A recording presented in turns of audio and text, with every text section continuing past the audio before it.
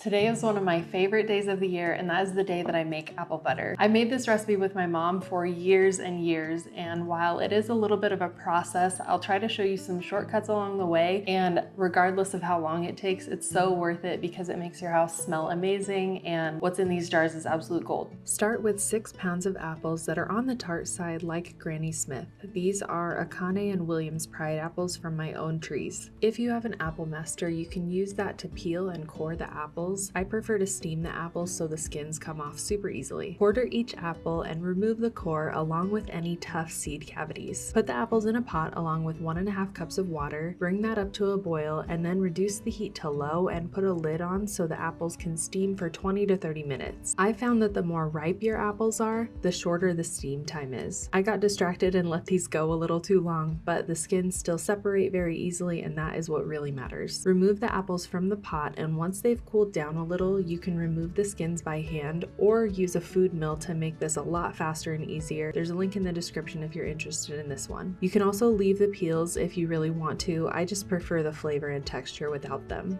Once you've got your apple puree, add 3 cups of sugar, 4 cups of pressed apple juice or cider. I use Trader Joe's, and the secret ingredient is 1 cup of apple cider vinegar. This is optional, but in my opinion, it's what takes this apple butter from good to great. Next, add 2 teaspoons of cinnamon and a half teaspoon each of cloves and allspice. You can adjust the spices to your taste as long as you stay within 3 teaspoons. Bring that to a boil and let it simmer on low for a few hours, stirring every 20 minutes or so. You can totally do this in a crock pot if you want to. This is after 1 hour, 2 hours, 3, and finally 4 hours. The color should be really nice and deep, and the apple butter should hold its shape on a spoon. A couple of hours before the apple butter finishes cooking, toss 8 half-pint jars into the dishwasher or heat them in your water bath canner at about 140 degrees Fahrenheit so the jars are hot when you put the apple butter in. Leave a 1/4 inch of headspace at the top of your jars and wipe the rims down with a clean towel. If you're brand new to canning and want more details about these steps, go ahead and watch my complete beginner's guide to water bath canning. Top your jars with lids that have been washed in warm water, then tighten a ring on each jar just until you meet resistance.